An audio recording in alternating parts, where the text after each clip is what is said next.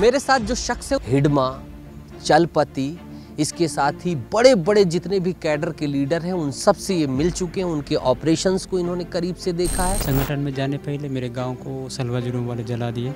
हमारा किन किन घटनाओं में आप शामिल रहे, अंजाम दिया था आपने उस समय? ताड़मेटला 76 जवान में मैं रहा, उसमें मेन कमांडर हिडमा ही था। हम लोग करीब 300 से ऊपर 300 से ऊपर लोग आप गए थे, हिडमा के साथ आप काम कर जी रहा है। बसवराजू ये लोग उस प्लानिंग में रहे। रिहर्सल भी किया आप लोगों ने, जो 76 जवानों को किस तरीके से घात लगाई जाए इसकी 1 किलोमीटर दायरा में हम लोग घेरे थे उसको। अच्छा, आपने 1 महीने उस समय प्रैक्टिस कराई गई। यार भी पैदल थे, उनको पूरा पैदल जाते समय उनको घेरे, रोड के बाजू में घेर के उनको मारने क्रम। अभी हिडमा मिल के आपको ऐसे गले में हाथ डाल के चला है? नहीं, वो साथ में रहे, बैठे रहे। वो काश मेरे मतलब माड़वी परिवार का है तो मन को लगता भी है जीजा मामा जैसे, तो उस हिसाब से ऐसे हंसी मजाक तो करते रहे। पार्टी ना केवल 1-2 व्यक्ति पर आधार होकर काम कर रही है। क्या है बेसिकली आपकी नज़रों में, क्या कर रहे हैं माओवादी इस समय? पैसे वसूली कर रहे हैं, गरीबों को सता रहे हैं, क्या कर रहे हैं? हाँ वही है, पैसे वसूली कर रहे हैं सबसे। मैं शादी हो गई आप? मेरा शादी हुआ था 25 जून को, पहले में वो भी ख़त्म हो गई। याद आती है? आता है, याद तो आता है। कर लूँगा शादी। तलाश जारी है जी। माओवाद खत्म हो रहा है, ये आप श्योर हैं, इनश्योर हैं? इसमें कोई डाउट नहीं है, इसमें निश्चित रूप से। मेरे साथ जो शख्स है उसका नाम है अरब। आज ये नारायणपुर पुलिस में काम कर रहे हैं। कल तक ये कौन थे पता है आपको? कल तक ये माओवादी थे, नक्सली थे। हिडमा, चलपति, इसके साथ ही बड़े बड़े जितने भी कैडर के लीडर हैं उन सब से ये मिल चुके हैं। उनके ऑपरेशंस को इन्होंने करीब से देखा है। कुल मिलाकर बस्तर में नक्सलवाद को किस तरीके से फैलाया जाए, उसे सुरक्षित रखा जाए, इन सब में इनकी भूमिका थी। लेकिन अब ये सरेंडर कर चुके हैं, अब पुलिस में नौकरी कर रहे हैं और अब ऑप्स में पुलिस का सहयोग करके नक्सली हथियार छोड़ पाएँ इसके लिए हर मुमकिन कोशिश कर रहे हैं। और अगर हथियार नहीं छोड़ रहे हैं तो फिर लोकतंत्र की स्थापना कैसे हो सके, इसका काम कर रहे हैं। अरब से ही मैं बातचीत करूंगा। थोड़ा सा अलग स्टोरी है, अलग कहानी है। एक जब नक्सली हथियार छोड़कर कैसे आता है ये सब समझना चाहते हैं। वो किसके साथ रहा, वहाँ कैसी ज़िंदगी थी, ये सब जानना चाहते हैं ना आप भी। तो चलिए इस इंटरव्यू को शुरू करते हैं। आप अपना नाम बताइएगा सबसे पहले, किन किन नामों से आप जाने जाते हैं? मेरा नाम घर में ताती गांधी। घर में ताती गांधी जी। हाँ। संगठन में सुकमा जिला में कमलेश था। हाँ। और या मार डिवीज़न में अरब। क्यों ये अरब, कमलेश, ताती गांधी, ये क्या है? अपने मन से रख लेते हैं संगठन में, कहीं भी 2-3 नाम रखते हैं, ऐसा है। कोई वजह नहीं होती लेकिन रखते हैं नाम, बिना किसी वजह के नाम जी रखते हैं। रखते। अच्छा ये बताइए, किस सन में आप संगठन में जुड़े थे, कैसे जुड़ना हुआ था आपका? 2006 में मैं संगठन में ज्वाइन किया। संगठन में जाने पहले मेरे गांव को सलवा जुलूम वाले जला दिए, वो मेन वजह है। उसके बाद मेरे गांव के 2 भागों में बट गए गांव वाले। एक हिस्सा ना जंगल में रहे, एक हिस्सा तेलंगाना भगे हैं। तो उसमें मैं, मेरे परिवार वाले तेलंगाना भगे, तो मैं आखिरी पढ़े वगैरह छोड़ के मैं पार्टी में जाने का वो किया। अच्छा, सलवा जुलूम के दौरान नक्सलियों ने गांव जला दिया था? नहीं, सलवा जुलूम के समय ना पुलिस वाले जला दिए। पुलिस वाले सलवा जुलूम के गुंडे, जो सलवा जुलूम के नक्सली नहीं जलाए, सलवा जुलूम वाले जलाए। उनके सलवा जुलूम कार्यकर्ता, सलवा जुलूम के वहाँ एसपी रहते हैं वो लोग, और पुलिस भी उनके साथ गया है। क्यों जलाई वो? अब केवल हमारे गांव ने है, ऐसे कहीं दक्षिण बस्तर में और सुकमा या कुटरू बैरंगढ़ क्षेत्र में कहीं घर जला दिए, तो उसके हिसाब से हमारे घर भी जला दिए। क्या है, संगठन के मतलब नक्सलियों का गांव है, नक्सली संगठन इस गांव में रहते हैं, ऐसे टाइप का। कुल मिलाकर संगठन को, माओवाद को छोड़ के ये लोग आना चाहिए, ऐसे टाइप का वो एक। किस सन की बात है ये? 2006। यानी आप 2006 में माओवादियों को अनुकूल परिस्थिति मिल गई कि सलवा जुलूम से पीड़ित परिवार है, ये भागकर तेलंगाना गया, एक युवा दिखता है और उसको जोड़ लेते हैं। आपकी क्या उम्र थी उस समय? उस समय मेरा 17 साल था। 17 साल। सर, कैसी ट्रेनिंग हुई, क्या क्या कराया गया, कितने महीने ट्रेनिंग हुई आपकी, किसने आपको जोड़ा था, उसका नाम क्या? मेरे को संगठन में जाने पहले मुरली और पापाराव अभी है, जेडसी मेंबर पश्चिम बस्तर। पापाराव? हाँ, पापाराव, मंगू पापाराव बोलते हैं वो, उसके द्वारा मैं पार्टी में गया। और मैं प्रशिक्षण बोले तो 2-3 जगह प्रशिक्षण लिया, उसके बाद ज़्यादा नहीं लिया, बाकी काम में व्यस्त रहता था। उस हिसाब से बहुत कम सांस मिला। ठीक है, फिर अपनी एक्टिविटीज़ बताइए। ट्रेनिंग हो गई, अब आपने कहाँ कहाँ मोर्चा संभाला, किन किन घटनाओं में आप शामिल रहे, अंजाम दिया था आपने उस समय? मैं मेन छोटे छोटे घटना में कहीं गिनती नहीं है, लेकिन मेन घटना मुकराम ताड़मेटला 76 जवान में मैं रहा। उसमें क्या भूमिका थी आपकी? हम लोग भी एक तरह पार्टी को रोकने का और वो काम किए हैं। पेड़ काट कर गिराने का, ये सब? हाँ। अंदर ही हम लोग रहे, मतलब फायरिंग के जोन में ही हम लोग भी रहे। उसमें मेन कमांडर इड़मा ही था। हम लोग करीब 300 से ऊपर से 300 से ऊपर लोग आप गए थे, हिडमा के साथ आप काम कर रहे थे? जी, मतलब हम लोग डिवीज़न बल थे, डिवीज़न बल भी उस युद्ध में शामिल था। और उसमें प्लानिंग में ना मेन कुमा देव जी, शिष्य, और ये अभी मरा है बसवा राजू, ये लोग उस प्लानिंग में रहे। बसवा राजू डेरा में था, नहीं आया। प्लानिंग पूरा योजना में सक्रिय भूमिका निभाया, लेकिन युद्ध में नहीं आया। अच्छा, ताड़मेटला समझाइएगा, कैसे क्या एम्बुश लगाया गया था, क्या कुछ हुआ था, किस तरीके से ये पूरा ऑपरेशन नक्सलियों ने अंजाम दिया था? वो योजना बहुत 1 महीना पहले का प्लानिंग था। उसके हमला जवान रोज़ 6 बजे 5 बजे जाते थे, तो रेकी हम लोग 1 महीना पहले से कर लिए हैं और उसके हिसाब से योजना बना लिए हैं। अगर से माइनपुर गाड़ी आएगा, जो व्हीकल वो आएगा, उसको कैसे किया जाए, या तो भला आएंगे मदद के लिए, उनको क्या करके कैसे स्टॉप कर मतलब रोका जाए, वो सब व्यवस्था बहुत पूर्व से बनाया गया है। उसके हिसाब से रिहर्सल की, उसके हिसाब से हमला भी। रिहर्सल भी किया आप लोगों ने? जो 76 जवानों को किस तरीके से घात लगाए जाए इसकी? 1 किलोमीटर दायरा में हम लोग गिरे थे उसको।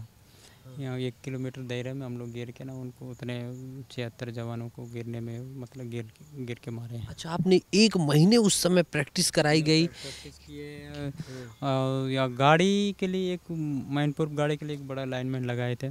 अगर वो कितने किलो का आईईडी लगाया गया था? 50-60 किलो था। 50 किलो पर जब 76 जवान फंसे थे ना, उनको बचाने एक वो उनका रहता है ना लोहा गाड़ी, वो आ रहा था, उसको उड़ा दिया। उसमें 2 ही जवान थे, वो लोग खत्म हो गए। और 76 जवानों को आपने कैसे घेरा था, कैसे ऑपरेशन को अंजाम दिया था? मतलब जवान रोज़ ऐसे जाते थे, वो रेकी में आने के बाद उसको क्या किया जाए बोल के 8वां कंपनी पैदल? हाँ, पैदल जाते। अच्छा, सारे लोग पैदल थे? सीआरपीएफ के? सीआरपीएफ पैदल थे, उनको पूरा पैदल जाते समय उनको घेरे, रोड के बाजू में घेर के उनको मारने क्रम बुरकापाल एक कैंप है चिंतलनार के आगे, एक बुरका, वहाँ से बाइक से आते रहे, उनको फायरिंग करने से लोग भाग गए। और दूसरा मैनपुर गाड़ी से आ रहे थे, मतलब मैनपुर गाड़ी में 2 ही जवान थे, बाकी उसको अंदर घुसाना गाड़ी को फायरिंग जोन में, वो आने पहले गाड़ी को उड़ा दिए हैं। ऐसा है, यानी आप लोग गाड़ी माइन से नहीं उड़ता ना, तो उसको फायरिंग जोन से कुछ 200 मीटर दूरी पर भी बहुत बड़ा गड्ढा खोद देते, गड्ढा में गिराने के लिए। ऐसा है, मेन गाड़ी अंदर नहीं घुसना है। ये सब कुछ हिडमा, चलपति, इन सब के इशारे में? चलपति नहीं था, हिडमा टू देवजी और बसवा राजू। कैसे आया कि उस घटना को आपने अंजाम दिया, फिर उसके बाद आप और कौन कौन सी प्रमुख घटनाएं रहीं? उसमें एलेक्स पाल मेनन और कलेक्टर, सुकमा कलेक्टर। अपहरण में आपका भी हाथ? में नहीं था, रिहाई में मैं था। रिहाई में पत्रकारों को ले जाना लाना, आखिरी पत्रकारों को सौंपने का सारा, मतलब मध्यस्थ उन लोग लाए, उनको ले जाना लाना, सारा काम में मैं ताड़मेटला गांव में रह के कर दिया। तो आपने 2004 से कब तक किया नक्सल संगठन के लिए? 24 तक का? हाँ, 24 दिसंबर तक मैं। कौन सी रैंक तक आप पहुँचे प्रमोट होते? आते टाइम मार डिवीज़न कमेटी सदस्य, मार डिवीज़न से एक तो मोर्चा प्रभारी था, 2 पद पर काम करता रहा। कभी हिडमा मिल के आपको ऐसे गले में हाथ डाल के चला है? नहीं, वो साथ में रहे, बैठे रहे, वो काश मेरे मतलब माड़वी परिवार का है, तो मन को लगता भी है जीजा मामा जैसा, तो उस हिसाब से ऐसे हंसी मजाक तो करते रहे। कैसा नेचर है, कैसा है हिडमा का स्वभाव, क्या है उसके विचार? विचार तो है लड़ने का, लेकिन मेन वो सभी लोगों से ज़्यादा बात नहीं करता, ज़रूरत व्यक्ति को बुला के बात करेगा और बैठक में जाके उसके क्या राय है, क्या वैसे टाइप का बात करता है। ऐसा नहीं कि सब लोगों से चिलबिल बात करने, ऐसा व्यक्ति नहीं है वो। ऐसा शांत रहता है? शांत रहता है, बस योजना बनाता है? योजना बनाता अपने हिसाब से। बटालियन नंबर 1 में आप कभी काम किए, गए वहाँ पे? नहीं किया, मिल के काम किया, मिल के कहीं ऐसे अम्बुस में तो बटालियन था ही ना, उस टाइम हम लोग साथ में रहे, लेकिन उस बटालियन का सदस्य नहीं रहा मैं। अच्छा, हथियार कैसे छोड़ना हुआ? हथियार संगठन नहीं रहेगा। क्यों? क्यों बोले तो फिर पार्टी ना केवल एक दो व्यक्ति पर आधार होकर काम कर रही है, जैसे केवल किसानों पर। किसान, गरीब किसान जो देहात इलाके हैं ना, उन्हीं पर आधार होकर काम कर रही है। पार्टी का सिद्धांत है 3-4 वर्गों को मतलब गोल बंद करके उसके तानाशाही पर अधिकार सत्ता हाथ से करना। ऐसा नहीं चल रहा है। ये 40 साल से 35 साल से हमने अध्ययन किया, देख रहे हैं। केवल हम गांव के किसानों से जुड़े हैं, बाकी कितने वर्ग हैं उनसे तो हमने जुड़े नहीं। उनके सामने काम करने के कई मौके, ऐसे मौके हम गंवा दिए हैं, कर नहीं पा रहे हैं। कुल मिलाकर सरकार जो मतलब माओवादी जो सोच रहे हैं नवजनवादी क्रांति या सोशलिज्म क्रांति, वो क्रांति अस्तित्व में नहीं आएगा। वर्तमान क्या है बेसिकली आपकी नज़रों में, क्या क्या कर रहे हैं माओवादी इस समय? पैसे वसूली कर रहे हैं, गरीबों को सता रहे हैं, क्या कर रहे हैं? वही है, पैसे वसूली कर रहे हैं। हम किनके हाथ में कैसे कैसे जा रहा है ये थोड़ा सा क्लियर नहीं बता पाऊँगा, नहीं जानता भी। दूसरा, हमने जिस वर्ग के लिए क्या क्या करना चाहते हैं, जैसे गरीबों से उनको ज़मीन हो, जंगल हो, जो भी बातें हम दे रहे हैं, बातें कर रहे हैं, उनके हिसाब से उनको क्या क्या चाह रहे हैं। गांव वाले जैसे कोई पढ़ना चाह रहा है तो उनको पढ़ने नहीं देते हैं, या तो वो लोग अपने मन से स्वस्थ से मतलब अपने खुद के लिए कुछ फ़ायदे के लिए, अपने कुछ बनने के लिए काम करना चाह रहे हैं गांव वाले, उनको मना किया जा रहा है। मार रहे हैं, पीट रहे हैं। मारना पीटना, या तो कहीं घूमने नहीं देना, या तो ऐसा है। नहीं तो उनके सामने जो रोड पुल या जाने के लिए उनको मना करना है। अभी 2023 लास्ट 24 में गांव में रोड पुल या जाने, क्या लगता है नक्सलवाद खत्म हो जाएगा? नक्सलवाद तो अस्तित्व में खत्म हो जाएगा, लेकिन 26 सरकार जो डेट डाले उसके हिसाब से तो संगठन खत्म नहीं होगा, धीरे धीरे खत्म हो जाएगा। क्योंकि अभी मेरा कहना है, मेरा निजी विचार है, संगठन में भर्ती बंद हो गया 1 साल में। 24 से अब तक पूरा बंद। 1.5 साल में भर्ती एक व्यक्ति नहीं गया और वापसी बढ़ गया, और वो लोग छिपे रहने का जगह नहीं है, ये है। इसीलिए ना संगठन। कितना हथियारबंद नक्सली होगा आपके अनुमान से अभी? लगभग तो माड़ उत्तर बीरो से ज़्यादा दक्षिण में है। दक्षिण बीरो में उधर तो अब ओवरऑल अगर मैं पूछूं कि पूरे बस्तर में हथियारबंद नक्सली 1000 होगा, 1500, 2000? ऐसा नहीं है, ऐसा नहीं है। 700-800 बस, 700-800 बस, ज़्यादा नहीं है। 1000 तो ऊपर नहीं है। अच्छा, एक चीज़ बताइए कि जो नक्सली अभी भी हथियार थामे हुए हैं, आप उनको क्या कहना चाहेंगे? और अपना अनुभव बताइए, मुख्य धारा में जब आप आए हैं तो कैसा लग रहा है? मैं संगठन वालों से यही कहूँगा कि मैं संगठन में जितना गुलाम था, 1-2 व्यक्ति के गुलाम हम बन करके हमारे भाई बहनों के ऊपर वो तानाशाही जो भी शोषण उत्पीड़न करते रहे, वो ठीक नहीं है। वो ठीक नहीं है। आखिरी हम वहाँ रह के जो काम करना चाहते तो वो काम अब नहीं बनेगा वहाँ पर।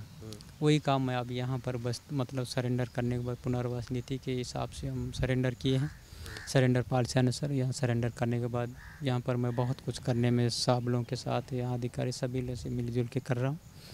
और यहाँ पर आने के बाद मेरे लिए मेरे पैसे, या तो मेरे रूम, या मेरे घर द्वार, जो भी रहने का, या तो मैं सब चंगा है? सबसे मैं। शादी हो गई आपकी? मेरा शादी हुआ था पार्टी में। और वो नहीं आना चाहती है। आखिरी अभी 25 जून को पहले में वो भी ख़त्म हो गई है। उसका लाश भी मेरे घर में ले जाके दफनाने बताया। ऐसा है। ये तो बहुत दर्दनाक है। अब मैं यहीं पर देख के शादी कर लूँगा। तो जब आप आ रहे थे तो कन्विंस नहीं किए कि चलो मेरे? क्या नाम था उनका? सीमा नाम था, कुतुल ACM Seema. Area director commander, doctor team commander थे। बोले नहीं थे कि चलो मेरे साथ? हम लोग एक अलग अलग एरिया में काम रहे। 3 महीने से हम लोग अलग थे, और वो मैं नीलनर, वो कुतुल में थी। तो मिल के बात करने में गैप हो गया, तो वहाँ जाके कोशिश करूँगा बोला। मेरा 3 लेटर उसको मिला है, लेकिन आने के लिए मना कर दी, मैं नहीं जाऊँगी बोल दी, जिद्दी बना दी। ऐसा हो गया। याद आती है? आता है, याद तो आता ही। क्या बात उनकी अच्छी लगती थी? उसकी सेवा भावना बहुत अच्छी थी। डॉक्टर थी, बहुत गांव वालों से या तो पार्टी वालों, सभी वालों से ना इलाज करने में, या तो खाना पीना जो भी, उनसे सेवा भावना बहुत अच्छा था। अच्छा, वहाँ तनख्वाह कितनी मिलती थी? तनख्वाह वगैरह तो नहीं, एक सालाना बजट दे देते हैं। लगभग लगभग एक डीसी मेंबर को 1 लाख या तो 50,000 आप डीसी मेंबर थे, जी तो 50,000 1 लाख तक कुछ भी लमसम एक साल में मिल जाता। मिल जाता है। तो उसी में खर्चा कहाँ करते थे वो पैसा? वो पैसा तेल साबुन या कपड़ा साबुन तेल ये सब इसी में कर लेते हैं। ओके। तो कहाँ कहाँ और कम लोगों को, सबसे छोटे कैडर को कितना मिलता है? ना ऐसा कैडर को मतलब अलग से नहीं कर देते हैं। फ्री में भी क्या, फ्री में भी नक्सली जो होते हैं, माओवादी होते हैं, वो काम करते हैं, रगड़वाया जाता है उनसे, फ्री में दिन रात दौड़ाया जाता है। हाँ, काम अपने अपने काम के हिसाब से भी करवा लेते हैं। जैसे खुद का कोई कपड़ा उपड़ा पलाना जगह है तो या तो सामान वगैरह जो भी हो उसके हिसाब से इधर उधर दौड़ाते हैं, फ्री फंड में काम करवा लेते हैं। अच्छा, किस रैंक से हर काम में ना किस रैंक से पैसा शुरू होता है कि अब ये तुम 20,000 ले सकते हो, 30,000 ले सकते हो, और किस रैंक तक फ्री फंड में काम कराने का रहता है कि फ्री में ही सेवा देनी है? नहीं, बाकी डीवीसी स्तर से उधर पैसा दे देते हैं। यानी जिस स्तर में आप पहुँचे, कितने साल पहले आप डीवीसी बने थे? मैं 16 से डीवीसी में 16 से। यानी आपने जब 10 साल फ्री में काम किया, मुफ्त में काम किया, सिर्फ ज़रूरतें पूरी होती रही होंगी, 10 साल आपने सिर्फ ज़रूरत में काम किया, बस, है ना? खाना पीना दे दिए, जी रहे हैं, चल रहे हैं, दवाई इलाज हो गया उसी में बस, है ना? जी। और फिर जाके आपको डीबीसी जब बने तब कहीं 50,000 1 लाख की ताकत आई, यही है? जी। नहीं, वो उसको वेतन के रूप में नहीं देखना है। वो सेवा जो भी पारितोषिक ज़रूरत जो भी रूप में देखिए, लेकिन है तो वो आधार ही। जी, लेकिन वो मैं खुद कर नहीं करता हूँ। मेरे साथ जितने गार्ड्स है, मेरे गार्ड्स है या तो मेरे अच्छा। साथ टीम से, और सब के लिए उस 50,000 1 लाख में आपको अपने ही लोगों को पालना है? वो पालना है। ओह माय गॉड, अपने यू के लिए नहीं। कैन इमेजिन दैट कि इस तरीके की स्थिति है। तो फिर लोग क्यों करते हैं? क्या उनको ऐसे ब्रेन वॉश कर दिया जाता है कि वो लोग इस तरीके से समर्पित हो जाते हैं, जंगलों में इस तरीके से काम करते हैं? आखिर वो लोग हैं कौन जो इतने जादूगर हैं कि, और क्यों इतना उनका जादू चल जाता है कि नज़र खुलने में एक व्यक्ति को, एक अरब को 2004 से 21 साल लग गए? उसमें ना मेन जल जंगल ज़मीन की बातें करते हैं और चढ़ा बढ़ा कर, यानी मतलब उकसाते हैं कि सरकार अपने पर इतना इस तरह शोषण कर रहा है, इस तरह लूट रहा है, इस तरह अपने ऊपर मतलब गुलाम रखा। हम 2000 जबकि अल्टीमेटली गुलामी वहीं कराई जा रही है। जी, अभी समझ में हम लोग क्या हम लोग आप आज अरब पढ़े लिखे होते, आपने 12वीं की होती, आज हो सकता है आप उस समय सब इंस्पेक्टर बने होते तो आज एएसपी होते, आप डीएसपी होते, सीएसपी, मानते हैं आप? जी। मैं पढ़ते समय ही मैं पार्टी में 9th पढ़ता रहा, बासागुड़ा में 9th पढ़ता रहा। पढ़ते क्रम में क्लासरूम से ही निकला ऐसा टाइप का हुआ। आगे पढ़ के मैं कुछ भी बनता, वो मेरा सपना बहुत था करने का, और आप बन जाते? जो बन भी जाता है। अच्छा, एक मेरे चीज़, साथ वाले बहुत लोग कुछ कुछ बने गुरुजी। यहाँ बने, क्या क्या बने? अब 2-3 लोग गुरुजी बन के फोन भी तो करते रोज मेरे से। अच्छा, एक चीज़ बताओ, अरब, इमोशनल बात कर रहा हूँ क्योंकि विस्तार न्यूज़ इमोशनल चैनल है। कभी दुख लगता है कि इतने लोगों की मौत में हम भी हिस्सा थे, हम भी सहभागी थे, पीछे खड़े थे, गोलियां चला रहे थे, तमाम चीज़ों में थे? हाँ, दुख है अभी। जितने लोगों को हमने भगाया, जितने लोगों को हमने मारा, और कहीं तो झूठे केसों में जो भी हत्या किया गया या जवानों पर या गांव वालों के ऊपर। अब देखा जाए तो दोनों तरफ भी हुआ, लेकिन मेरे सामने, मेरे हाथों में या मेरे इशारे पर, मतलब मेरे मार्गदर्शन में जहाँ चला, वो मैं महसूस कर रहा हूँ कि वो दुख लगा मेरे को, अभी भी लगता है। यानी जब आप माओवादी थे, जितने ऑपरेशन से दुख, उस टाइम में जिस काम में शामिल हुआ वो अच्छा नहीं है, जिसके दूसरा द्वारा भड़काया। बहुत पीड़ा हुई, जंगल में बैठे हो, माओवादी हाथ में लिए हो, और एकदम से याद आया हो कि अरे यार, मेरे सामने वो तड़प रहा था, गोली मार दिए, गला काट दिए, क्योंकि सभाओं में तो ऐसा ही होता है, या फिर कहीं कोई गांव की महिला है उसको मार दिए, कोड़े मार दिए, ये सब तो होता ही है। कभी इन सब चीज़ों का ख्याल कभी मतलब अभी की बात नहीं कर रहा हूँ, उस दौर में आता था और ये चीज़ प्रेरित करती थी कि चलो हथियार छोड़ देते हैं, चलते हैं, सिंपल लाइफ जीते हैं? नहीं, ऐसा वाला घटना मेरा एक सिलंगर घटना हुआ। सिलंगर गांव बासागुड़ा थाना क्षेत्र में है। उसमें हम लोग 4 जन को मारे हैं। गाँव अपने हाथों से मारा? मतलब मैं नहीं मारा, मैं अभी नया नया था उस टाइम, नया था। आपके सामने मारा जा रहा ने मारे हैं, हम लोग भी नारा दिए, हम लोग भी भाषण दिए। किस तरह मार रहे थे? डंडा से मार के मतलब डंडा से मारते मारते मार दी? जी, डंडा से पीट पीट के मारे हैं वो। वास्तव में वो लोग एक दो मतलब उसमें ज़्यादा ना पुलिस के साथ जुड़े बोल के ही मुखबिर के साथ मारे हैं। ऐसे कई घटना है मेरे सामने हुआ या तो बाजू के द्वारा मतलब वो दूसरा साथी बता ऐसे ऐसे मारे, ऐसे रोते थे, ऐसे होते थे, वो सब दुख सुख के समाचार तो मिलते रहे। महसूस अभी होता है कि हमने बस्तर वासियों के साथ, बस्तर के बच्चे एक आदिवासी बीच में ही झगड़ा जैसे मारा पीटा हुआ, वो अच्छा नहीं है। अब आप पुलिस में हैं, अब आप क्या करना चाहते हैं? अब आप बस्तर के लिए क्या चाहते हैं? आपका उद्देश्य क्या है अब जीवन का, ये बताइए। मैं बस्तर, शायद मैं भी बस्तर का बस्तरवासी हूँ, एक गांव का व्यक्ति हूँ।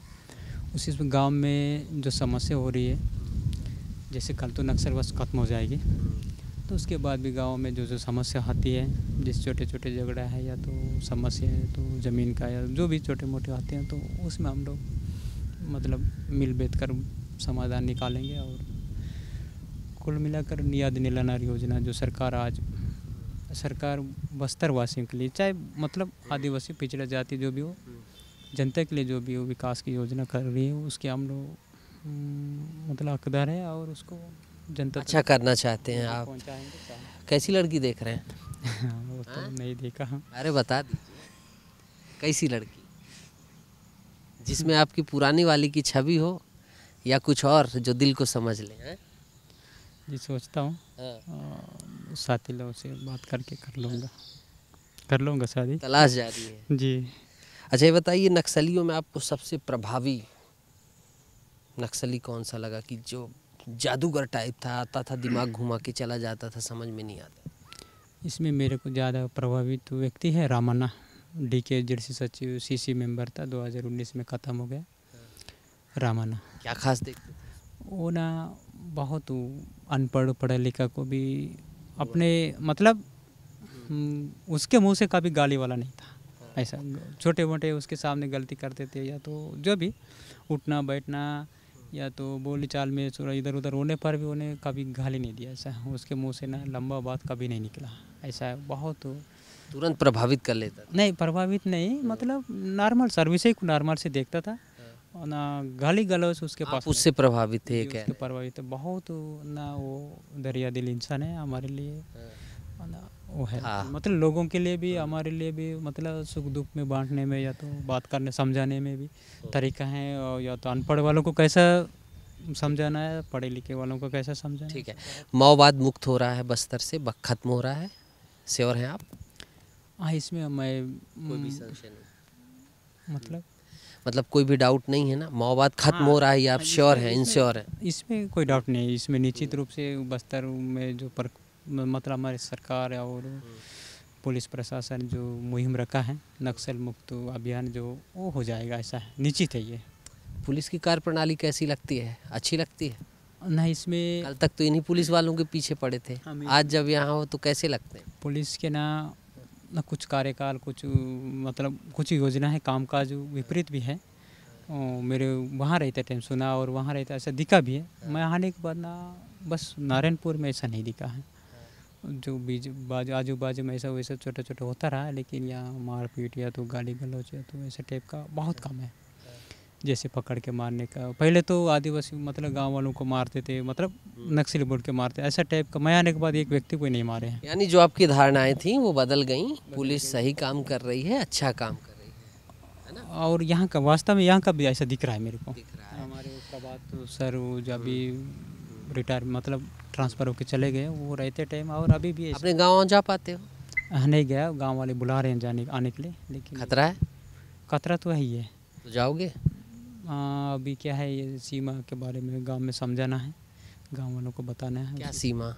मतलब मेरी वाइफ, हाँ, उसके बारे में बात करने का भी है, कहीं कैंप में वगैरह बुला के बात कर लो। लेकिन सुरक्षित सकुशल जाइएगा, ये मेरी सलाह रहेगी सर। कोई ज़रूरत नहीं है जी, जब सब कुछ अंडर कंट्रोल हो तब जाना चाहिए जी।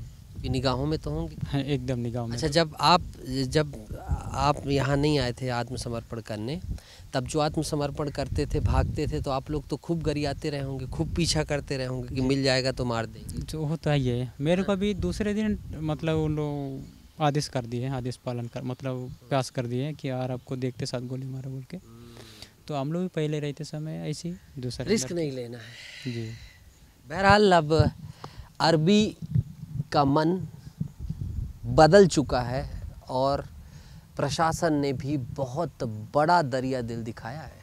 सोचिए, कल तक ये जवानों के खिलाफ लड़ाई लड़ रहे थे और नक्सल पुनर्वास नीति में आज इन जवानों के साथ ये रह रहे हैं। ये दिल बहुत बड़ा दिल कहलाता है और यही नक्सल पुनर्वास नीति की अगर आप सोल कह दीजिए तो कम नहीं है। कल तक जिस हाथ में बंदूक थी इसी पुलिस को मारने के लिए, आज वही पुलिस इनके साथ सहयोगी बनी है, ये इनके साथ सहयोगी बनी है। क्यों? क्योंकि इन्हें बरगलाया गया था, घुमाया गया था, इनके हाथ में शस्त्र नक्सलियों के द्वारा दिया गया था। लेकिन आज जब इनकी समझदारी है, ये खुद से अपनी बौद्धिकता से यहाँ जुड़े हैं, तो माफ़ करते हुए, क्षमा करते हुए इन्हें एक मौका दिया गया है।